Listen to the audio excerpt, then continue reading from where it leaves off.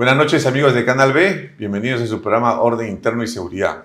Como siempre, preocupados por la crisis de inseguridad ciudadana que vivimos acá en nuestro país, tratamos de buscar la problemática y darle soluciones, y que más nada darle soluciones a través de los protagonistas principales, especialmente a los que luchan contra la criminalidad, con las bandas criminales. En esta oportunidad, nuestro programa presenta un invitado muy especial, que es el coronel de la Policía Nacional, Ricardo Espinosa Cuestas, jefe de la División de Homicidios de la DIRINCRI, de la Policía Nacional del Perú. Este es nuestro programa y los invitamos a estar atentos a la entrevista.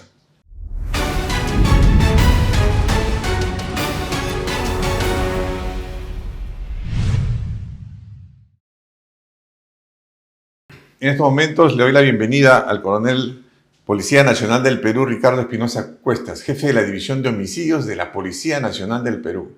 Bienvenido, coronel Cuestas.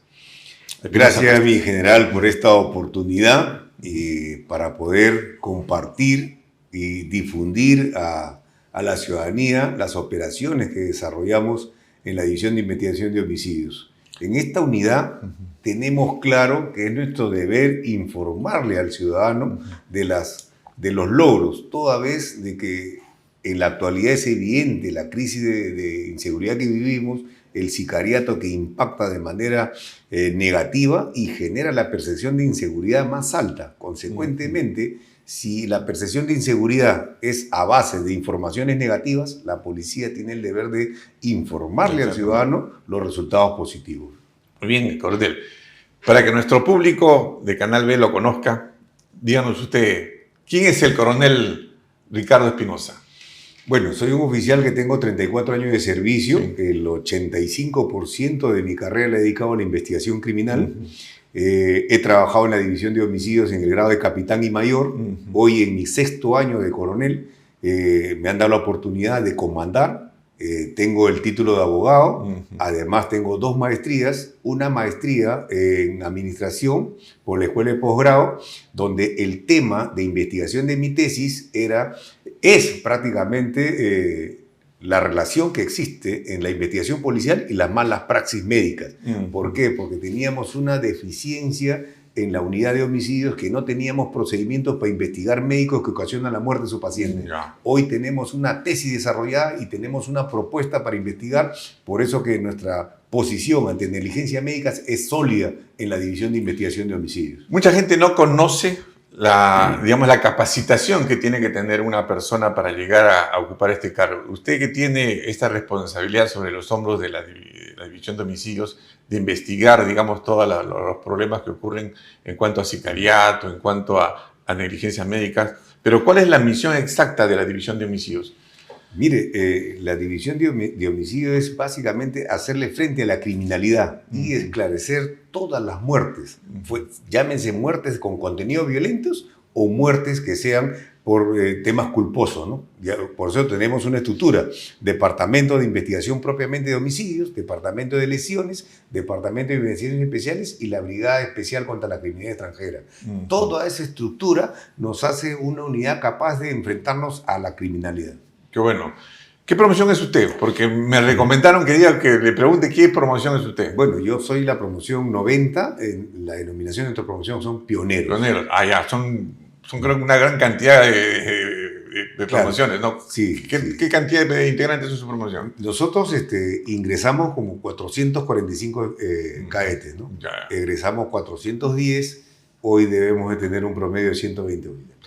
Con la experiencia que tiene, yo sé que has trabajado en Cajamarca, también has trabajado en el Callao, y generalmente en divisiones de investigación. ¿Qué significa para ti ser policía? ¿Qué significa para ti ser investigador? Bueno, mire, en realidad cuando nosotros hablamos de vocación, vocación es un compromiso, porque nosotros tenemos que entender que la policía es la única profesión donde uno firma un contrato donde, como consecuencia de la actividad laboral que va a desarrollar, entrega su vida. Eso es una diferencia, y eso tiene relación con la vocación, con lo que nosotros sentimos, lo que nos comprometemos. Y prácticamente para mí la policía es Prácticamente es la razón de mi vida y la investigación criminal para mí es una pasión. Una pasión, exactamente. Una pasión. Y esa pasión uno la lleva en la sangre, la lleva en el corazón casualmente para, por vocación, dar un servicio completo a la sociedad, que es lo que buscamos siempre. Y en la división de homicidios hay una característica, porque nosotros cuando asumimos esta jefatura, básicamente tenemos un compromiso con la familia que nos entiende, porque nosotros tenemos que estar 24 horas en esta unidad. No puede entender que la investigación no para. Investigación de homicidio requiere la permanencia. Por eso nosotros pernotamos ahí, vivimos ahí, nos dedicamos a tiempo completo. Y eso realmente tiene una característica que la familia te tiene que comprender. Así es. No, sí, definitivamente es el gran apoyo que tiene que tener todo policía. Detrás de cada efectivo policial siempre es una familia que lo respalda. Y ese respaldo alienta, ¿no? Alimenta la vocación que tenemos hacia hacer las cosas bien en el servicio a la comunidad. ¿Qué características, qué capacitación requiere una persona, un policía, para trabajar en homicidios? Bueno, antiguamente, mi general, usted sabe que a homicidio postulaban, lo evaluaban, ¿no? Porque realmente es una unidad que demanda básicamente capacitación, nivel básico primero, investigación criminal, después especializado, conocimiento de criminalística, conocimiento de criminología, criminalística es ciencia para esclarecer, criminología, entender, por decir, por qué se cometen delitos, psicología, técnicas de interrogatorio. En técnica de interrogatorio decimos que es método, técnica, arte, redacción, normas legales. Por eso es importante, por decir, el conocimiento de la norma, de la ley, el concepto de la ley, el alcance, los derechos fundamentales. Por eso la mayor parte de investigadores criminales complementan su carrera con derecho, ¿no? Con la formación de abogado, pero prácticamente ese concepto de abogado es para defender nuestra posición policial, ¿no? Claro. Porque hay que entender que yo entiendo que nosotros como país recién tenemos 224 años de sociedad, ¿no? Y eso nos hace todavía un país con una cultura joven. No hablemos de nuestros antepasados, porque por ese lado somos una cultura rica, ¿no?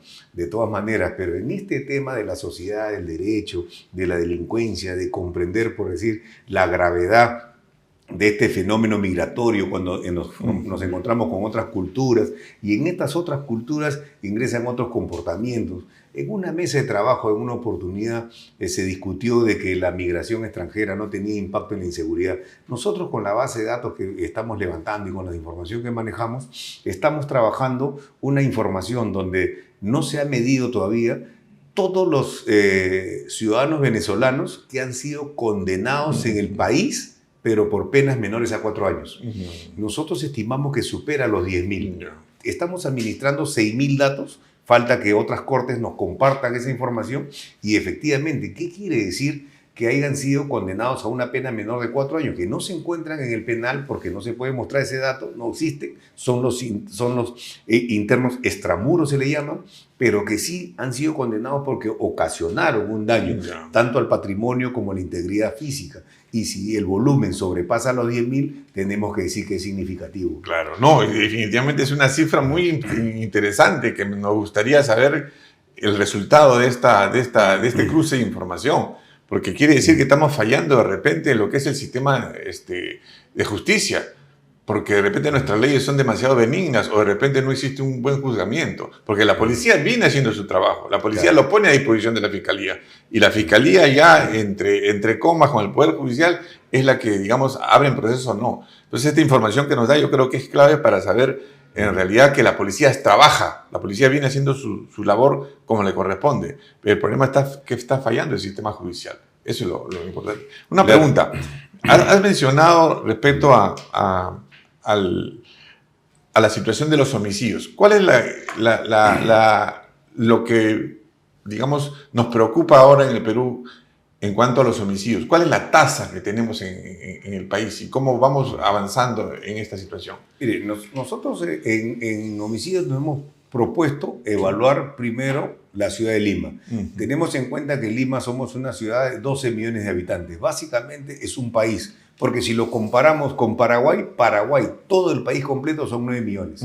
Y Lima somos 12, ya es un país. Claro. Entonces es la información que manejamos absolutamente al 99% de certeza y decimos que lo que en este momento lo que mayormente nos impacta son las muertes que se producen por el enfrentamiento entre bandas criminales. Exactamente. La rivalidad por la supremacía.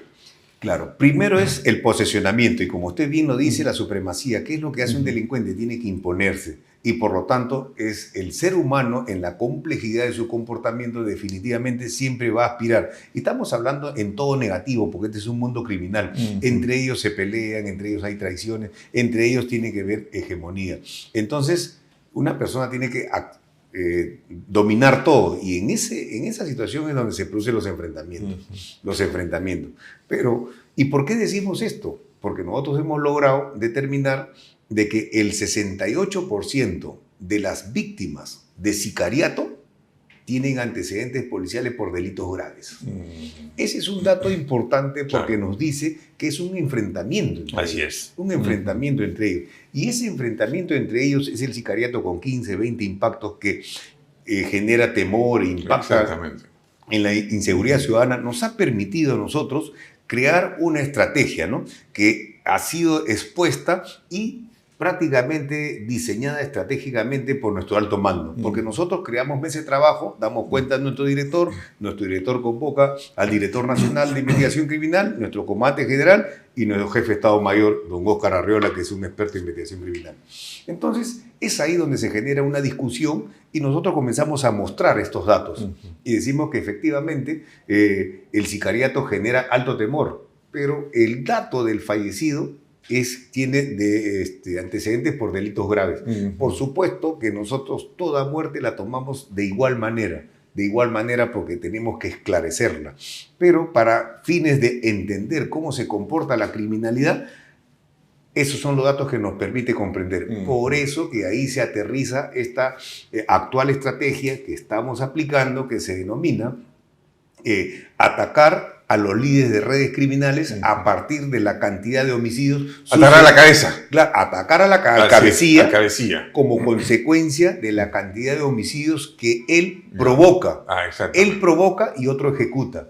Si nosotros miramos horizontalmente solo al que ejecuta, al que jala el gatillo, teníamos una mirada. Pero hoy al que provoca, porque tenemos un delito autónomo, banda criminal. Una banda criminal tiene características y se manifiesta, ¿no?, a través de actos extorsivos, a través de sicariatos. Entonces, esta persona es responsable. Y es así que la agrupación de homicidios nos permite identificar a los líderes de las bandas criminales que se encuentran empoderados en diferentes distritos, como llámese Lima Norte y como Santa Anita, con este delincuente recientemente capturado, ¿no? Esto es importante lo que usted ha mencionado, coronel Ricardo Espinosa, porque se está hablando ya de una estrategia, se está hablando de un plan de acción que tiene objetivos claros. Y esto nos está dando resultados. ¿Cómo ha sido, por ejemplo, en el Cono Norte? Mire, nuevamente, ¿no?, para nosotros el sicariato es una herramienta, un instrumento que utilizan las organizaciones criminales. La banda criminal o organizaciones criminales. Exactamente. Si nosotros desarticulamos al líder de la banda criminal, disminuye la demanda de este servicio sicariato. ¿Y cómo lo acabamos de demostrar? Con la captura de Adam Smith Lucano Cotrina, alias Jorobado.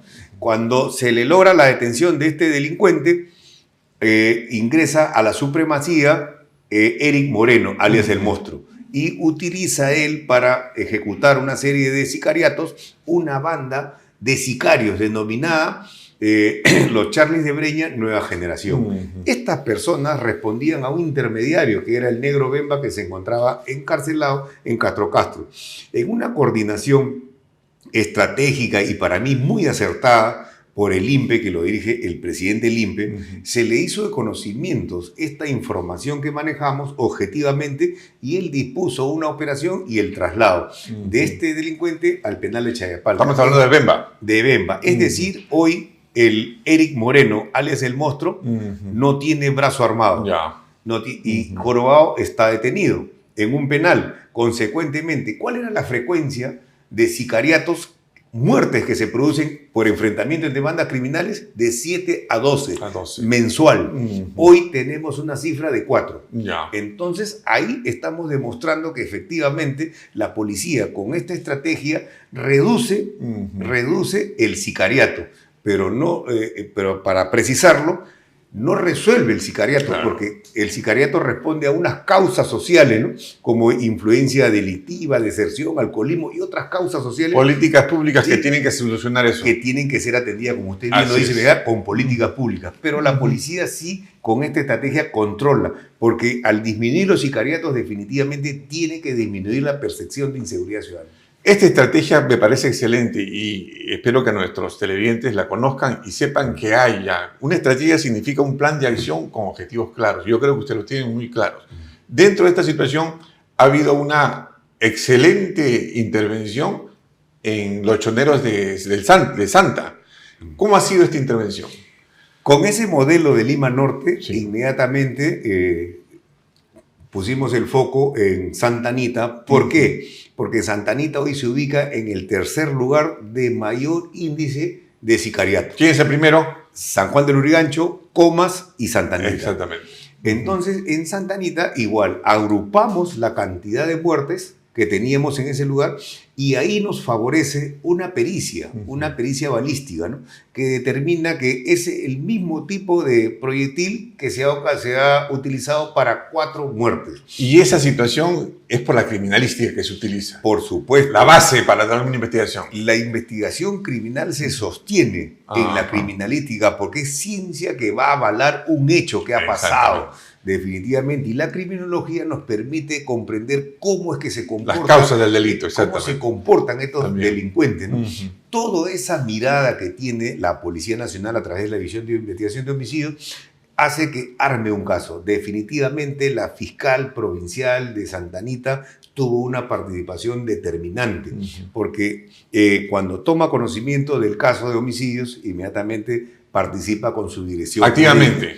Activamente. Y se logra construir un caso con 22 objetivos. Ya. La División de Investigación de Homicidios logra construir un caso donde peticiona la detención preliminar de 22 objetivos. Previa a acciones de inteligencia.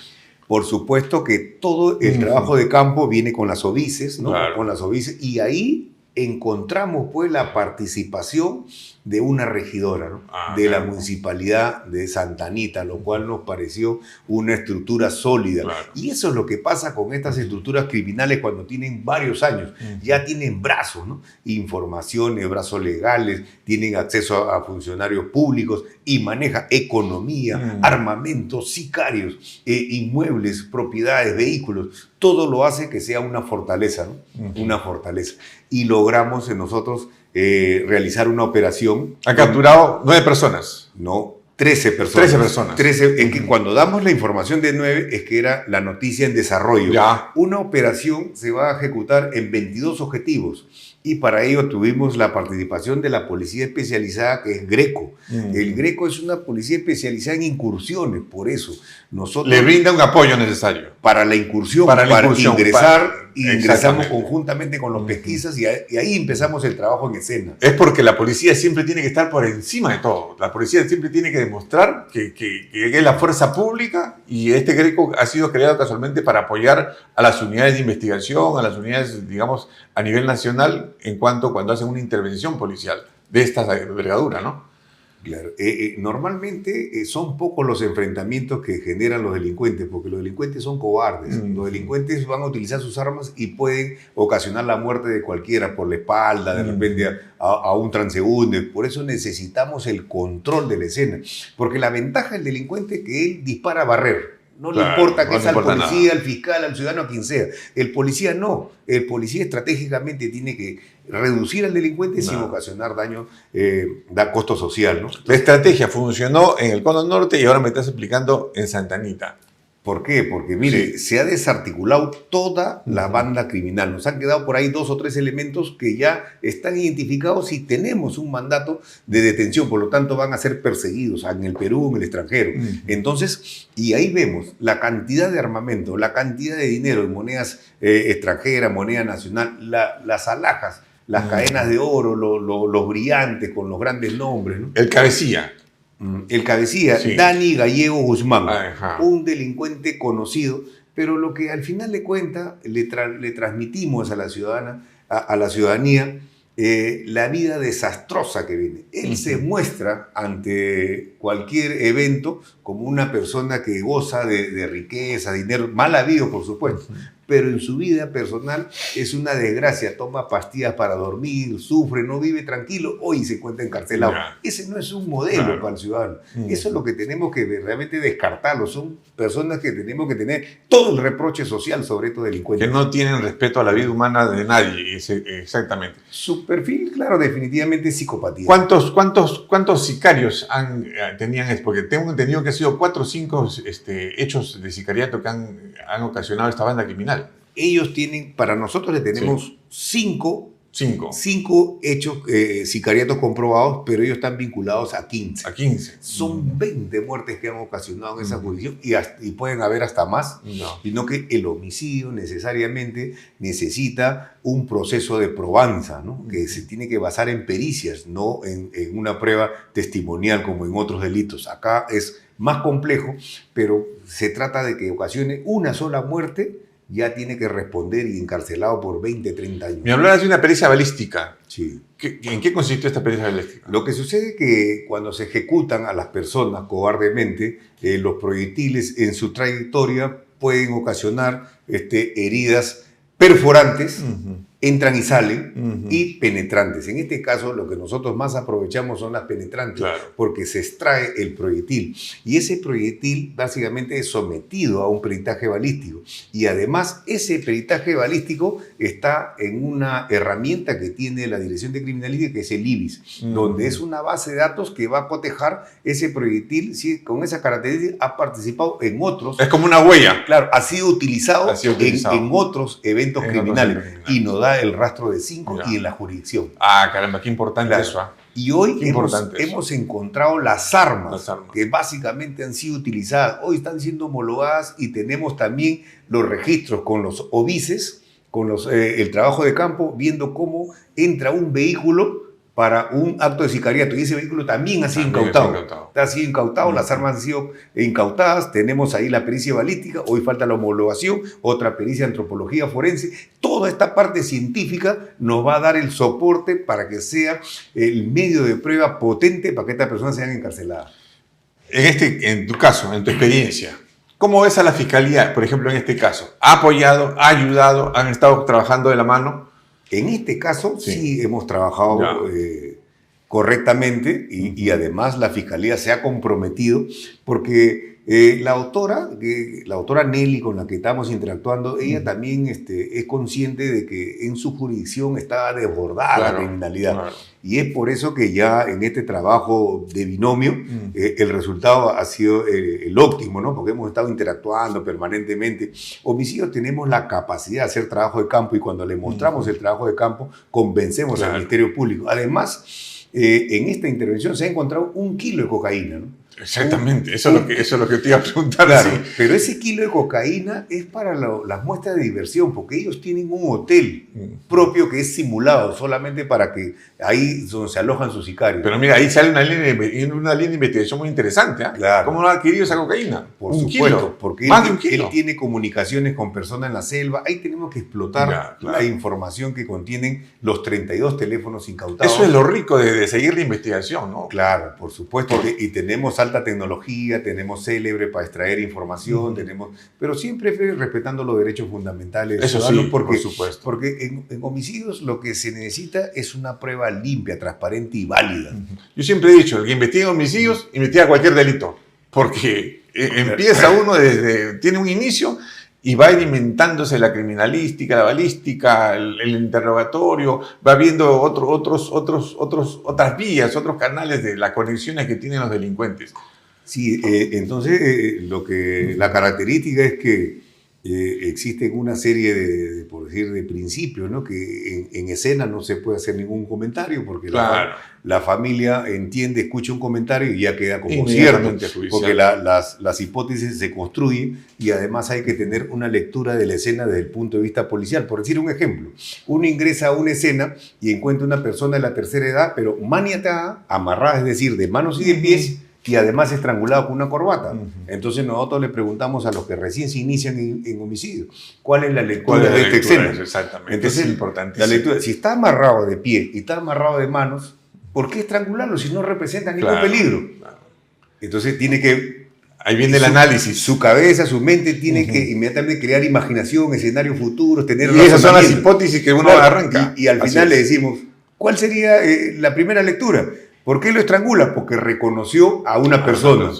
Entonces, si ya estaban robando, estaba amarrado, lo reconoce una persona, esa persona lo mata. Entonces, ¿quién es del entorno? Necesitamos investigar rápidamente el entorno, tener la mirada, tú ves esta hipótesis, tú ves la otra, y comenzamos a construir de esa manera. Y eso es lo rico de la investigación policial, y para eso nos forman, para eso estudiamos, para eso tenemos toda esta experiencia. Empezamos con las hipótesis para cualquier investigación y vamos descartando, pero como dice, hay que tener experiencia, hay que tener previo análisis de lo que nos apasiona hacer.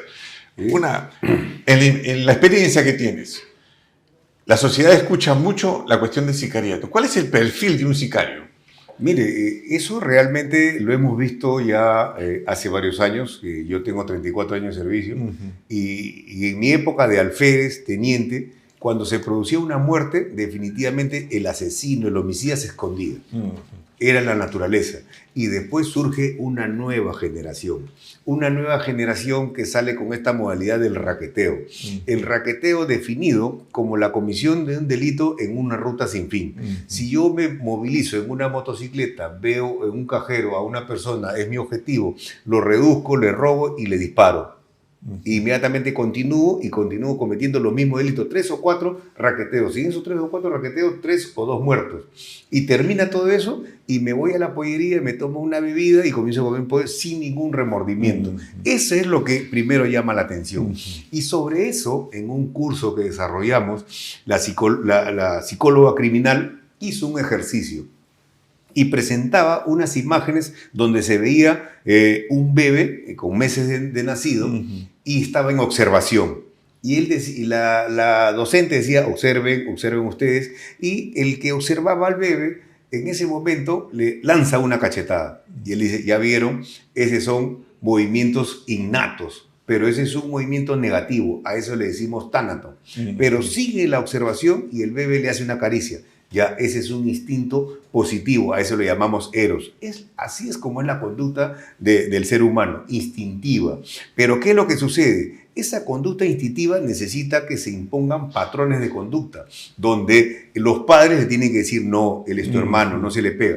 Esos patrones de conducta son los que van a definir la evolución de tu personalidad. Pero ¿qué pasa en los lugares donde existe, por decir, hogares disfuncionales, drogadicción, influencia de delincuencia? Esos niños y esos jóvenes no tienen patrones de conducta y se van manifestando instintivamente. Esa es una línea que se entiende por qué esos comportamientos. Ahora, en el sicariato, aparte de las causas que se están determinando, me llamó mucho la atención una nueva causa que se llama la anemia. Entonces decía, la anemia tiene relación con el sicariato. ¿Cómo es esto? ¿Por qué? Porque los niños anémicos no desarrollan la amígdala cerebral. Y este órgano es el responsable básicamente de generar un comportamiento que sea a la par con no ocasionar un daño a tu semejante y tú no te intereses, seas indiferente. O sea, el remordimiento. El que no desarrolla la amígdala cerebral no tiene remordimiento.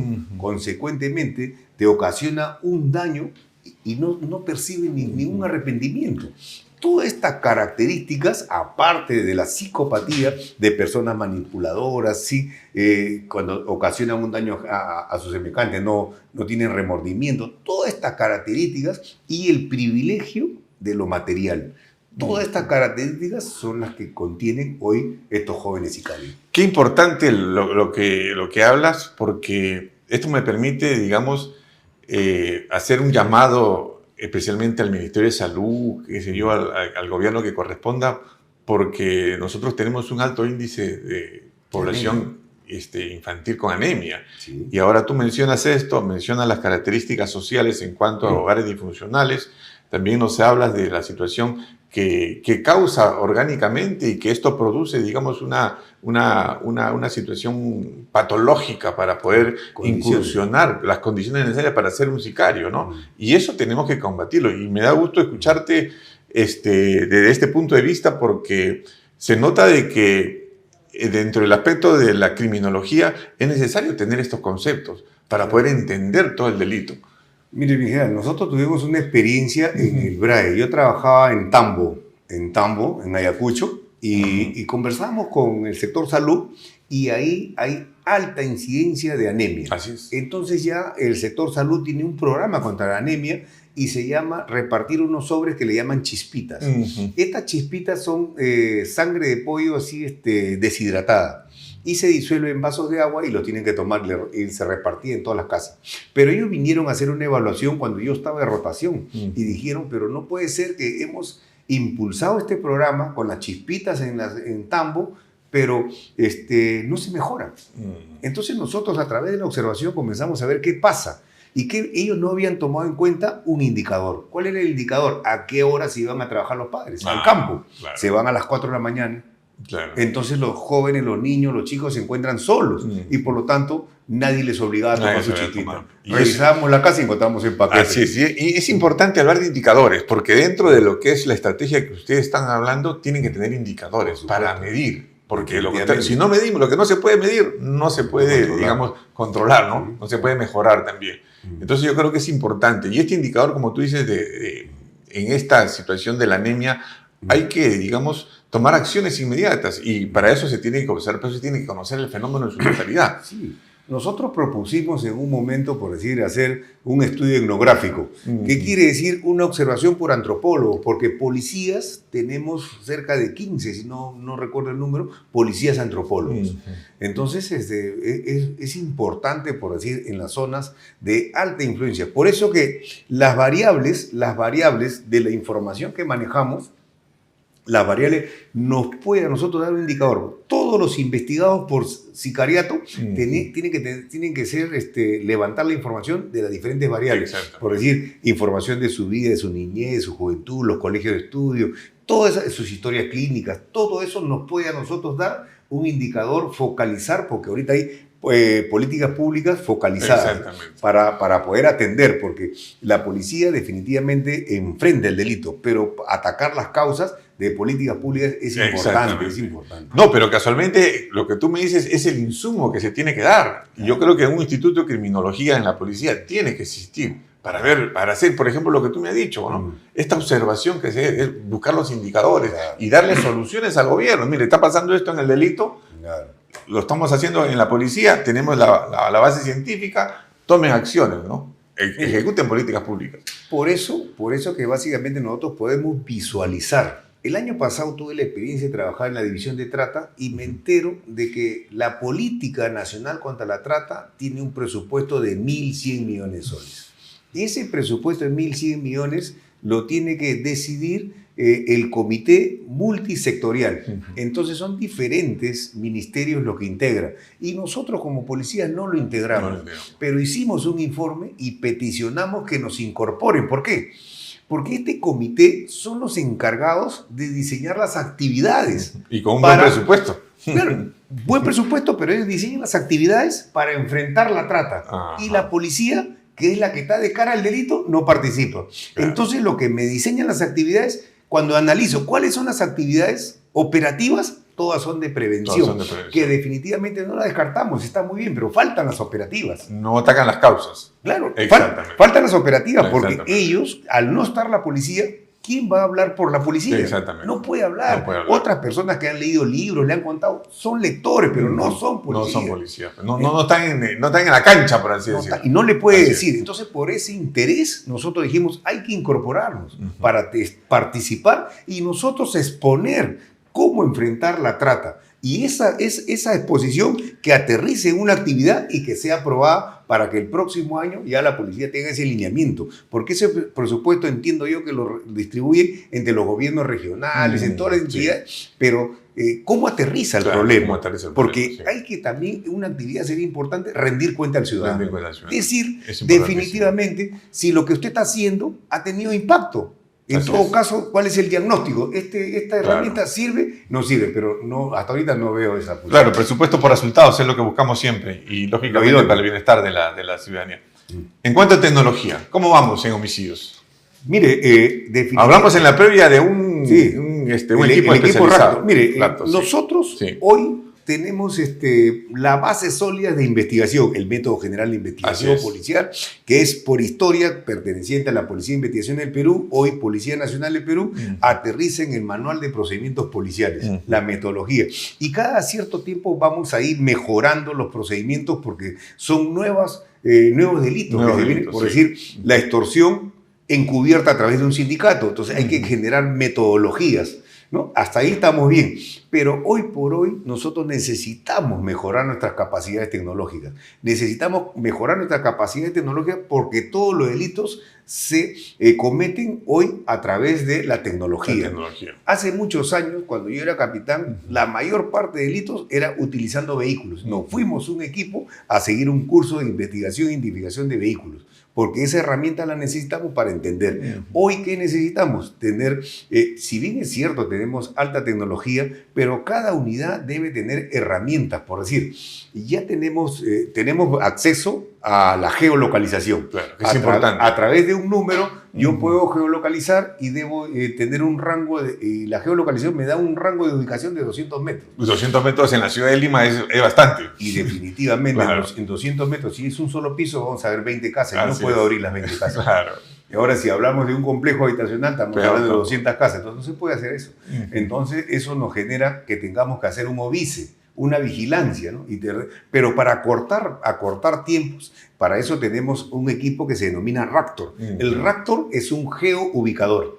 ¿Qué significa? Que yo me voy a esos 200 metros de georreferenciación, utilizo mi Raptor y tengo el geoubicador. Exactamente. Que va a dar el punto exacto dónde está. Exactamente. ¿Dónde sale la llamada? ¿Dónde está? ¿Quién utiliza ese equipo? Intervenirlo, y ese es un cobarde que amenaza en el anonimato. Entonces lo detenemos rápidamente, mejorando nuestras capacidades tecnológicas y con nuestra estrategia de identificar líderes criminales vinculados a sicariato. Creo que podemos darle una respuesta. Yo siempre he incidido en el MS-30 porque fui uno de los iniciadores, y el MS-30, uno de sus pilares es nuestra tecnología. Claro. Y es la inversión que se tiene que hacer en seguridad, pero en tecnología para la policía. Y como tú lo has dicho, cada unidad especializada tiene sus propios requerimientos. Claro. Y cada unidad especializada necesita la tecnología debida para poder disminuir el delito, que es lo principal que se busca. Ahora, tú me hablas de este equipo. ¿Qué precio tienes más o menos en el mercado este equipo? Bueno, en una mesa de trabajo lo propuse a una comisión de extranjeros y efectivamente me indicaron que costaba $500,000. Pero vale la pena, por supuesto, creo que para disminuir o para combatir el delito en el Perú, ahora que vivimos un problema de seguridad ciudadana, creo que vale la pena invertir. Yo creo que, aparte que valga la pena, es una necesidad. Y muy aparte también creo yo de que las empresas proveedoras de los servicios telefónicos, si bien es cierto, una empresa genera renta y en contraprestación nos da el bienestar de la tecnología que nos ha facilitado la vida, pero en ese intercambio, en ese flujo, se ha generado un problema social, que es la delincuencia extorsiva a través de las comunicaciones. Entonces las empresas tienen un concepto que se llama responsabilidad social. Responsabilidad social. Entonces, en esa esquina yo creo que debemos reunirnos con todas las empresas y ver el aterrizaje de la manera de cómo, por decir, se ha hecho el 22 de abril el apagón telefónico. Queremos ver el resultado. Queremos ver Ocitel también, que tiene los contactos de todas las personas que reportan, por decir, un teléfono robado, perdido. ¿Nosotros qué necesitamos? Necesitamos todo ese dato. ¿Y para qué necesitamos ese dato? Para georreferenciar, porque la cantidad de puntos donde se genera la mayor cantidad de sustracciones nos va a dar los puntos localizados para hacer operaciones policiales. O sea, toda la tecnología tiene que estar vinculada a las operaciones policiales, porque es la única manera de darle respuesta rápida a lo que exige el ciudadano, ¿no? Me indicaste que hay una brigada contra el crimen extranjero. ¿Cuál es la misión de esto y cómo se está desarrollando? Bueno, nosotros todos somos conscientes del problema social del país de Venezuela, la migración, con su migración. Nosotros acá en el país tenemos aproximadamente 2 millones de ciudadanos extranjeros.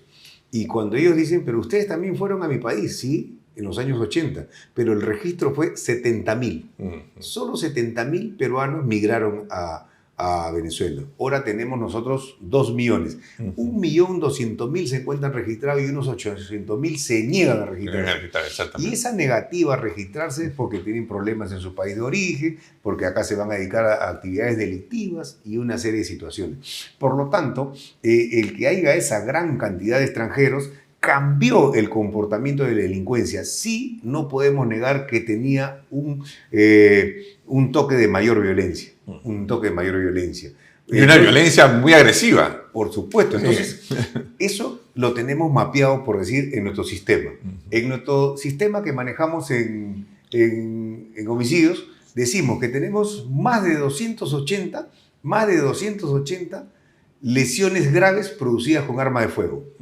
Entonces nosotros nos preguntamos, en lo que va del año, más de 280 lesiones graves producidas con arma de fuego. Quiere decir que a un ciudadano que transita en las arterias de Lima le ha impactado un proyectil de arma de fuego. Entonces le decimos, ¿qué delito provoca estas lesiones graves con arma de fuego? ¿Qué delito provoca?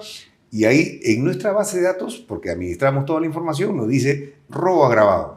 El robo agravado en la modalidad de raqueteo. Entonces esta modalidad de raqueteo significa de que se movilizan en una moto y para sustraerte el teléfono te disparan. Entonces, ¿dónde son los distritos de mayor incidencia? San Martín de Porres. San Martín de Porres se ha producido la mayor cantidad de lesiones. O sea que ahí hay alta probabilidad de que un ciudadano salga a una hora determinada y le disparen. Y le quiten el teléfono, claro. Entonces, ahí vemos cuál era la modalidad del raqueteo y ahí vemos los perfiles, ¿no? ¿Cómo para robar un teléfono te voy a disparar? Eso es un cambio en el comportamiento delictivo aquí que se ha instalado en el país. Por lo menos, y aparte, el Tren de Aragua, ¿no? Eso es, claro que en un momento por decir, se hizo como si fuera, se magnificó, pero el Tren de Aragua es una organización criminal que no la podemos negar, que se ha instalado en todas las regiones, que ingresan, y acá se dedican, por decir, su principal ingreso es la trata de personas, y en trata de personas debemos decir que el delito tiene fases, la captación, el traslado, el transporte, la acogida y el sometimiento. Entonces ahí vemos que en la captación, vemos que desde aquí, esta organización criminal, ¿qué es lo que hace? Ofrece en Venezuela a jóvenes decirle, yo te traslado al Perú, te pago todo, pero tú tienes que devolvérmelo a través de un trabajo sexual. Y ahí a eso le llaman multa. La trasladan y puede ser entre 15.000 y 20.000 soles. 15.000 o 20.000 soles. Entonces una persona que no tiene ninguna opción de poder superar la crisis. Es una víctima. Por eso que es captada. Por eso que es captada. Y el lema en trata de personas, se puede caer el caso, pero nunca la víctima. La víctima hay que poder rescatarla. Claro. Entonces es captada y el traslado es el desarraigo. Sales de tu entorno familiar, el transporte es el desplazamiento físico y la acogida. ¿Quién te recibe? Con ese conocimiento doloso que te estoy recibiendo porque te voy a poner en este trabajo. Y ahí viene el sometimiento. Y ahí viene las estructuras en las plazas, en la calle. Y ahí viene la recaudación. Entonces, esta es toda una cadena de hechos. Vienen primero se capitalizan. Por eso que nuestro proyecto, nuestra mirada era, si estas personas se capitalizan, van a dejar este delito y van a pasar a delitos más graves. Su pronóstico de ellos es controlar el narcotráfico. Y entonces una persona que, como yo siempre sostengo, el delincuente es violento por la capacidad económica que tiene. Un delincuente sin dinero no tiene el dinero te abre las puertas para todo. Y te vuelve violento. Entonces eso es prácticamente la afectación. Ahora los gota a gota. Los gota a gota eran un origen colombiano, pero hoy se ha fusionado. También los ciudadanos venezolanos se han incorporado ahí y le agregan el toque de violencia. Entonces, aquí el gota a gota, nosotros en la Brigada contra la Criminalidad Extranjera, logramos tener una intervención exitosa de 30 miembros de los gota a gota. Y logramos sostener la detención policial y además, con éxito, el fiscal pudo lograr casi 14 prisiones preventivas. Casi el 50% de los detenidos pasaron a un penal. Entonces decían, el gota a gota es un préstamo. No, el gota a gota es una extorsión con la fachada de préstamo. Sí, exactamente. Y la policía no necesita un agraviado de gota a gota, porque nuevamente le explicamos, y eso lo estamos siempre difundiendo, estamos capacitando. Hay un delito autónomo que se denomina banda criminal. Y la banda criminal solamente requiere el concierto, ¿no? La concertación de 2 o más personas que distribuyen roles, una determinada jerarquía con una finalidad criminal. Solo ese contexto, sin haber cometido el delito, ya es flagrancia. Es una banda, ya se le puede detener. Por lo tanto, nosotros cuando intervenimos en tres departamentos, y aparte las motos en el exterior del condominio, encontramos dinero, armas, propaganda. ¿A quién le quedaba duda que esto era una banda criminal? Claro. Pero no podemos decir que el préstamo, que se han exagerado en los intereses, no, porque ese préstamo tiene la finalidad de que sea impagable, impagable, solamente es un gancho para tener una víctima y nunca más lo pueda pagar y yo lo puedo extorsionar y esa persona es la que depende y la cantidad de incautos que yo puedo captar es mi fortaleza. Entonces, eso es una extorsión pura. Sí, una extorsión pura, sí, exactamente. Y eso es lo que reclamaba, por ejemplo, el general Lozada en Cañete, ¿no? Es una banda criminal que la estoy poniendo a disposición y viene el fiscal en la materia. ¿Cómo va la situación en cuanto al aspecto legal en homicidios? ¿Habría que hacer algunas modificaciones a la norma? Mire, nosotros definitivamente el decreto legislativo 1605 ha sido una norma acertada. Acertada, sí. Porque es potente para nosotros y eso lo hemos expuesto. Lo hemos expuesto y lo hemos vivido en el caso de la incautación de armas de guerra a un suboficial técnico del ejército en actividad. Eso fue en el Cono Norte, creo, ¿no? Claro, sí. Pero ese es un trabajo que lo hizo la Brigada contra la Criminalidad de la División de Homicidios. ¿Qué pasó? Fuente humana. Trabajamos la información. Una pareja de personas, hombre y mujer, se van a desplazar a la selva transportando 4 fusiles. Y para la policía un fusil es una alarma tremenda. Claro. Una alarma. 4 fusiles, imagínense, definitivamente. Bastante atención a esa información. Hacemos el proceso de la información, la verificación y se interviene. Se interviene. Una vez que se interviene, se encuentran los 4 fusiles. Entonces ahí se dan las condiciones de la flagrancia. ¿Y qué le exige al policía que interviene en flagrancia? Realizar los actos urgentes inaplazables. ¿Y cuáles son los actos urgentes inaplazables? Asegurar al detenido, levantar las actas. E inmediatamente comunicar la noticia criminal al fiscal. Para que participe. Para que participe o en todo caso disponga, emita una disposición fiscal. Y esperamos su disposición. Pero con el 1605 te dice, ya no espere su disposición. Hoy, para una continuidad operativa, te dice, usted desarrolle una diligencia propia y solamente comunique al fiscal. Exactamente. Entonces, en la unidad policial, teniendo presente a los detenidos, nos dice, señor, yo solamente soy un burrier de armas. Las armas las he recibido de esta placa de vehículo. Entonces, por la urgencia, le indicamos sus derechos. Señor, usted tiene derecho a guardar silencio, usted tiene derecho a no incriminarse, pero esta persona para defender decía, no, señor, porque a mí me van a echar la culpa de todo. Yo solamente soy un transportador. Le recibimos su declaración y le comunicamos al fiscal. Señor, le comunicamos de que vamos a hacer una segunda intervención. Sin disposición fiscal, amparados en el decreto 1605, intervenimos esta vivienda que era de propiedad de este miembro del ejército, lamentablemente en actividad, y encontramos 4 fusiles más, mini Uzi, municiones, dinero en dólares, todo el tema. Entonces, este era el principal, porque era un traficante de armas de guerra. La cabeza. La cabeza y de tráfico de armas. Y él podía proporcionar a las bandas criminales 15, 20 fusiles. ¿Y cuál era el objetivo? Él era un proveedor de cualquier banda criminal. En este caso era para el norte. Decíamos que era para la minería ilegal. Por ahí va. ¿Por qué? Porque estas bandas que trabajan, que dominan la minería ilegal, están armados. Claro. Pero son armas, son fusiles. Y había una con bipié, todavía esa de alta potencia. Entonces, fue un trabajo exitoso, pero gracias al decreto legislativo 1605. Claro. Puede ser cuestionado, pero es la potencia que nos da a nosotros. Y lo primero que lo cuestiona fue la fiscalía y inclusive no querían hacer caso omiso de esta situación. ¿Cuál es la situación? ¿Cuál es tu análisis, digamos, con la experiencia que tienes respecto a devolver la investigación preliminar a la policía?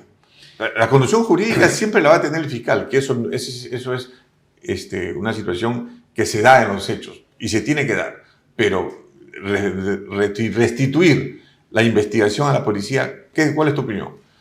es indispensable, ¿no? Hoy con este decreto 1605, ¿qué es lo que se ha generado? Pero el 1605 es solamente un pedacito, sí, porque la cuestión está que sería pedir mucho más. Por supuesto, pero ahora sí te permite hacer una conclusión. Claro. Sí te permite una conclusión y tipificar. Pero ya desde el 2012 ya el Tribunal Constitucional se ha pronunciado en el sentido que el documento policial no es vinculante. Lo que sí tiene valor probatorio son los actos de investigación, las manifestaciones, las actas, las pericias, las inspecciones. Toda esa documentación. En todo caso, siempre el Código Procesal Penal que recogió. No me tipifiques, no me concluyas, pero sí dame el análisis. Porque ellos reconocieron la riqueza que existe en el análisis, tanto en la DINCOTE, en la División de Homicidios, en todas las unidades de investigación criminal. La riqueza del investigador estaba cuando trasladaba sus análisis. Que el análisis no es un resumen de manifestación, sino es un razonamiento donde se confronta información de manera cronológica. Entonces, eso sí le gustó. Por eso sí lo pusieron en su código. No me tipifiques, no me concluyas, pero dame tu análisis. Pero además yo siempre le preguntaba en varios escenarios, dígame usted qué método de análisis puedo practicar que no me conduzca a una conclusión. Dígame usted. Enséñeme qué método de análisis puedo practicar sin que yo llegue a una conclusión. Una investigación científica llega a conclusiones, una investigación policial llega a conclusiones, porque se busca la verdad. Y la verdad tiene que exponerse a unas conclusiones, es una situación lógica. Y ahora, por decir, hice una maestría en la Católica y de políticas públicas y los metodólogos expertos con mucha experiencia solamente le quedaba reírse. Claro. Porque yo le decía, señor catedrático, dígame por favor, algún método de análisis que no me lleve a conclusión. Eso solamente pasa en la policía. ¿Cuál es tu opinión respecto a las de PINCRIS? ¿Deben pertenecer al sistema de investigación criminal, a la de INCRI, o están bien en la región? Mire, el que hayan sido posesionadas en la región responde por una necesidad, ¿no? De que no había una continuidad entre una intervención de la comisaría a un de PINCRI. Pero estando liderado bajo un solo coronel, definitivamente ya se elimina ese impasse, ¿no? De que no es mi competencia, ¿no? Porque depende de un solo jefe. La comisaría y la de PINCRI depende. Sí, claro. Lo que debemos nosotros tener la certeza de que los coroneles jefes de DIPOL tengan formación en investigación criminal. Para que conozcan. Para que conozcan y puedan gerenciar. No es que solamente me dan cuenta, sino gerenciar, entrar y dirigir. No solamente recibir información, dirigir al de PINCRI, ¿no? Si tengo la información de una intervención de flagrancia por mi patrullaje, de un acto de sicariato, controlo que lo reciba la de PINCRI, los exámenes, el trabajo en el tengo las herramientas necesarias, por supuesto. Como tú lo dices, tiene que conocer. Claro, tiene que conocer. Exactamente. Porque ahí donde viene el perfil del cargo. Ahora dime una cosa, aparte de la experiencia que tú tienes en cuanto a la investigación de homicidios, ¿cuáles serían, digamos, para ti, unas soluciones inmediatas para combatir la inseguridad ciudadana que vivimos a nivel nacional? Mire, en verdad acá tiene que haber una serie, un abanico de acciones, ¿no? Un abanico de acciones. Yo recuerdo mucho, por decir, en esa oportunidad donde se compró armas, ¿no? Se compró armas para terminar fundiéndola. Y tenía una lógica, ¿no? Decía, si en una familia con valores, puede tener un integrante oveja negra, que puede haber traído un arma de fuego, ese integrante oveja negra es detenido, entonces los propios familiares avisan a la policía que hay un arma. Pero en otra familia que no tiene valores, cuando el integrante es detenido, ellos el arma la esconden. Sí, pues. Porque para ellos el arma representa un valor, tiene el nivel de un televisor, de un equipo. Un valor o una jerarquía también. Dice, con esto lo vendo y tengo dinero. Entonces, la idea acertada en ese momento fue hacer una amnistía y comprar armamento. Entonces es una acción. No resuelve, pero va paliando, y hay que darle de todo, ¿no? Yo creo que las unidades policiales, ahorita lo que nosotros necesitamos tener analistas de datos y primero identificar redes criminales. Todo jefe de una unidad tiene la obligación de identificar sus redes criminales. Y estas redes criminales básicamente tienen que responder a un solo sistema. Porque la criminalidad extranjera se moviliza. Se moviliza, por decir, si yo estoy haciendo un operativo cuanto a raqueteos, entonces veo que esta motocicleta ha sido intervenida. De repente en San Martín estoy haciendo mi mi operativo en Surco. Pero yo tengo que tener la información de que esa moto fue intervenida en San Martín con 2 raqueteros. Eso están en la cárcel, pero esa misma moto está con otros 2. Entonces, esa referencia a esa moto ya me tiene un nivel de sospecha sobre esta persona. Y eso tienen que hacerlo los analistas. Y todo eso es a base de datos. Sí, pues. Nosotros policialmente tenemos que fortalecerlo con administración de datos, porque el dato es el que te muestra una evidencia del problema. Y si no manejamos datos, vamos a tener... estamos trabajando a ciegas. ¿Cuál es tu mensaje? Sé que van a hacer una capacitación en la DIRIN, que han indicado, creo que el jefe de Estado Mayor o el general ¿cómo se llama? Me dijo Céspedes. Van a hacer una capacitación. ¿Cómo está, digamos, cuál sería tu mensaje al personal de homicidios, al personal que trabaja contigo? Bueno, yo decirle que me siento privilegiado de comandarlos porque son personal altamente calificado, comprometidos y que realmente la satisfacción es lo que estamos logrando, desarticular grandes redes criminales que estaban impactando fuertemente en sicariato, ¿no? Es una persona, este es un feedback, ¿no? Lo que ellos saben y lo que yo trato de gerenciar. Y por ahí vamos conduciendo, ¿no? Conduciendo la unidad. Y efectivamente la capacitación es una capacitación continua. Lo que hace nuestro director nacional de investigación criminal, don Carlos Céspedes, es básicamente incorporarnos nuevos conocimientos acorde a la necesidad. Incorpórale ponle tal tema, tal situación, porque estamos frente a ese evento, ¿no? Y él está siempre monitoreando toda la gestión de la dirección de todas las unidades especializadas. ¿Cuál sería tu mensaje para todos los investigadores, especialmente de homicidios a nivel nacional? ¿Qué les dirías tú a ellos? Mire, muchas veces, en algún momento, la investigación criminal pasó a un segundo plano porque es un tema pesado, de repente de compromiso, de horarios, ¿no? De horarios, pero yo creo que el jefe que gerencia una unidad debe entender los horarios, ¿no? Si una persona en una operación toma 2 o 3 días, también tiene que tener un momento de descanso. No es mucha rigidez, sino que realmente que comprendan, que se comprometan y que realmente el que pasa la valla y se siente satisfecho, ¿no? De realizar el esclarecimiento de un crimen, ¿no? De algo de connotación, básicamente es una persona apasionada. Y es una cadena, uno se involucra en un caso y va conociendo más, pero lo que sí necesitamos es escribir. Necesitamos escribir, necesitamos hacer... Doctrina. Claro, artículos, guías de procedimiento, porque escribir es lo único que va a dejar y va a fortalecer, porque muchas veces los grandes investigadores a veces no han dejado por escrito, solamente se han llevado las experiencias. Y hoy tenemos que hacer una convocación. También nosotros necesitamos un centro de análisis, de asesoramiento. Hoy por hoy lo que se utiliza es el análisis criminal. El análisis criminal básicamente te identifica patrones de conducta y tendencias criminales. Entonces ahí viene la experticia, ¿no? La experticia, los expertos. Eso es lo que buscamos, tener un centro de análisis donde podamos ahí lograr aterrizar estrategia, ¿no? Porque es mirarlo de afuera y desde adentro. Y todo eso tenemos que contribuir porque la experiencia en investigación criminal es única y el que la tiene compromiso con la investigación criminal. Muy bien, el coronel Ricardo Espinosa Cuestas. La verdad que esta entrevista me voy muy satisfecho y creo que nuestros televidentes también porque hemos entrevistado a un profesional. No me cabe duda, nos has hablado de indicadores, nos has hablado de gestión, nos has hablado de la investigación policial. ¿Cómo la vives? ¿Cómo la estás enfrentando? La estrategia que tienes. Y creo que esto nos va a conllevar a que bajemos los índices de criminalidad muy pronto en el tema de homicidios o de sicariato en bienestar de la sociedad. Y eso es lo que la gente quiere, resultados, ¿no? Sí.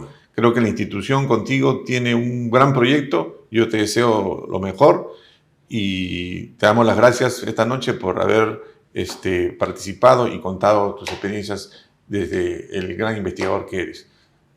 Gracias, mi general, y manifiesto a la ciudadanía mi compromiso, ¿no? De continuar con esta lucha y verdaderamente darle a la ciudadanía valor público. Valor público es revertir el problema que viene sufriendo el ciudadano. Ya lo estamos haciendo en 2 jurisdicciones, de igual manera lo seguiremos extendiendo y esclareciendo todo tipo de muertes sobre todas de repente los impases que se puedan producir, pero ahí estamos. Somos 240 efectivos policiales, tenemos 25 vehículos, tenemos la logística suficiente para asumir cualquier muerte violenta. Qué bueno, qué bueno. Te agradecemos tu participación y muchas gracias por estar en nuestro programa.